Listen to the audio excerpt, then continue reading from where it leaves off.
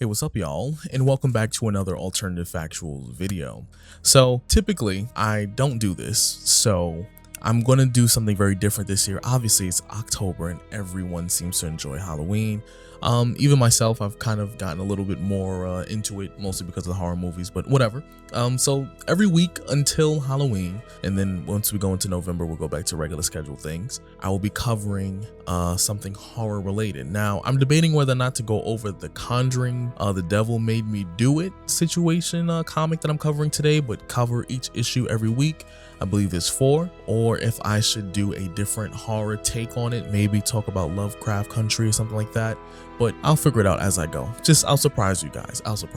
But anyways, like I already said, we're covering The Conjuring, The Devil Made Me Do It. Now, these are the prequel comics, essentially, that led up to what Ed and Lorraine Warren were doing in the third Conjuring movie. Now, don't get me wrong, I enjoyed the third Conjuring movie, but I don't think it was as strong as the first two, obviously. So, it could be in conjunction with the fact that maybe James Wan wasn't on the third one, but who's to really say, what's going on, and who's really to know about this stuff. But it was still a good movie, but like I said, it wasn't as strong. But anyways, be sure to like, share, and of course subscribe if you want to keep up with this comic for the month of October. And without further ado, possible ado, let's kind of just jump into the details of this whole situation. So, The Conjuring, The Lover is a 5-issue monthly limited series, I believe. It kind of sets up the new, like I said before, the installment of the Conjuring universe where The Devil Made Me Do It. So this takes place before the movie does, and it gives you a little bit more detail about one of the characters that were involved in one of the other kind of deaths that took place within the Conjuring universe that they were talking about in the movie, which was directly referenced and shown, but it wasn't really explained in detail. But it mostly just expands on the story of Jessica, who at the time of this story is a freshman returning to campus after winter break, and she's basically just trying to get her grades up, and she's dealing with the awkwardness of sleeping with someone she didn't want to sleep with, and just basically having feelings for someone who is, I guess at the time, wasn't acceptable to have feelings for, because I believe she was a lesbian at the time, or it seems that way. So it's going to be dealing with that. And without further ado, let's kind of just push on into the first issue of this comic. Now, off the rip, you see within the first couple of pages that they kind of go over this kind of ritual. Now, you know me, I'm black as hell, so I'm not going to say any of this stuff because I don't know whether or not this stuff is actually legitimate or not.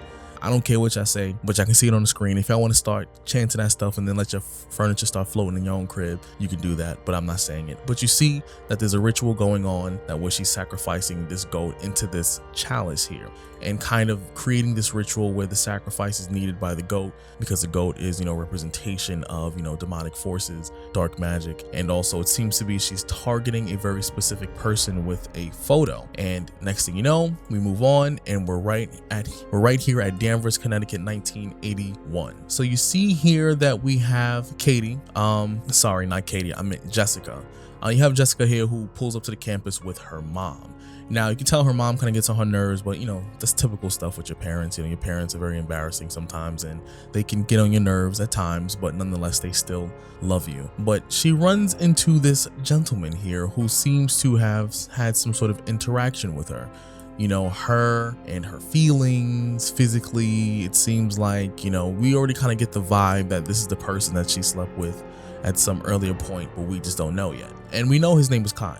So he introduces himself to his mom, and then the mom thinks he's actually a nice dude, and she kind of just hints like, hey, why don't you bring home a nice boy, why don't you just meet someone and, just hang out, be normal. And she doesn't really seem to like the conversation, so then we move on to inside the dorm where she starts to unpack.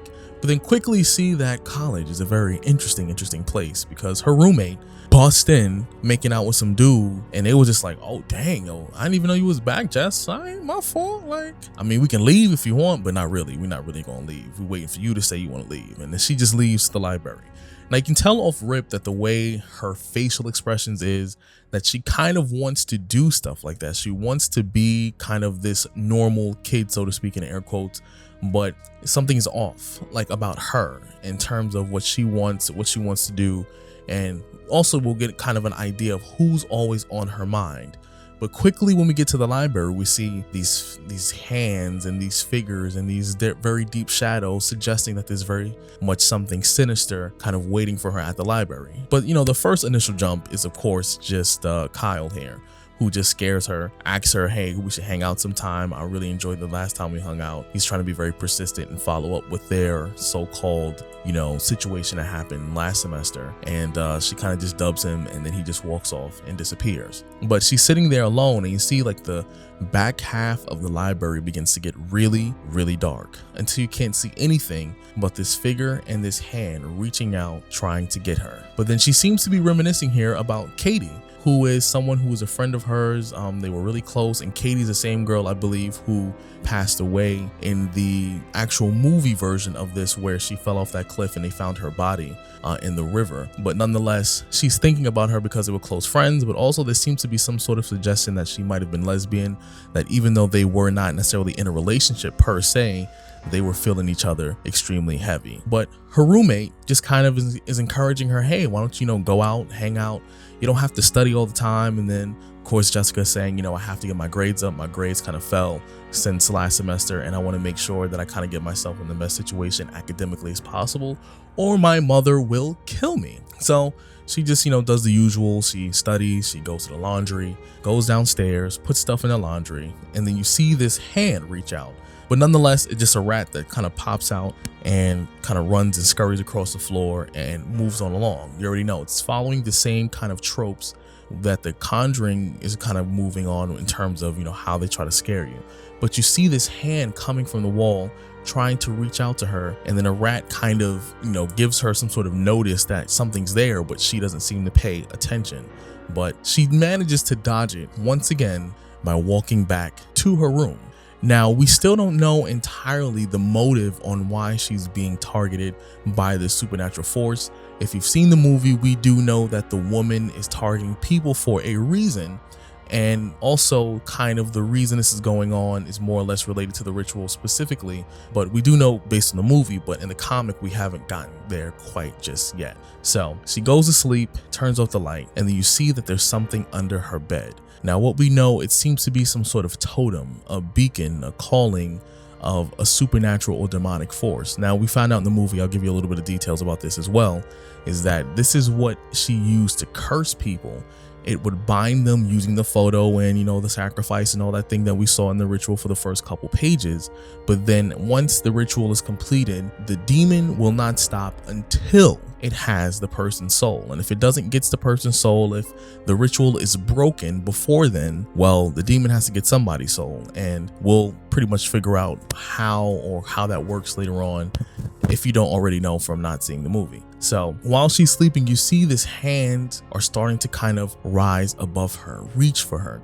It wants her, but then we don't know what happened next, because she just wakes up the next morning and it seems like nothing happened. But there is something different. Now she's taking a shower, but she hears these voices and it says, loser, you're going to fail, you're going to die, but not before people figure out your secret. But I already hinted at what the secret could be, because the movie does exist, even though even in the movie they didn't necessarily confirm what exactly was the secret. But we'll get to that secret next time, when we're actually going through issue number 2 of Conjuring. So let me know in the comments how you feel about it, and if you're interested in finding out how this comic kind of transpires, because I actually don't recall if we found out if this girl Jessica is still alive or not in the movie, or what relevance she has, or if they're going to decide to make a movie about this. But I guess we'll find out. But let me know in the comments down below how you feel about it, and if you're new to the channel, please be sure to like, share, and of course subscribe, and leave your comments down below, and I hope to see you later on. Peace out.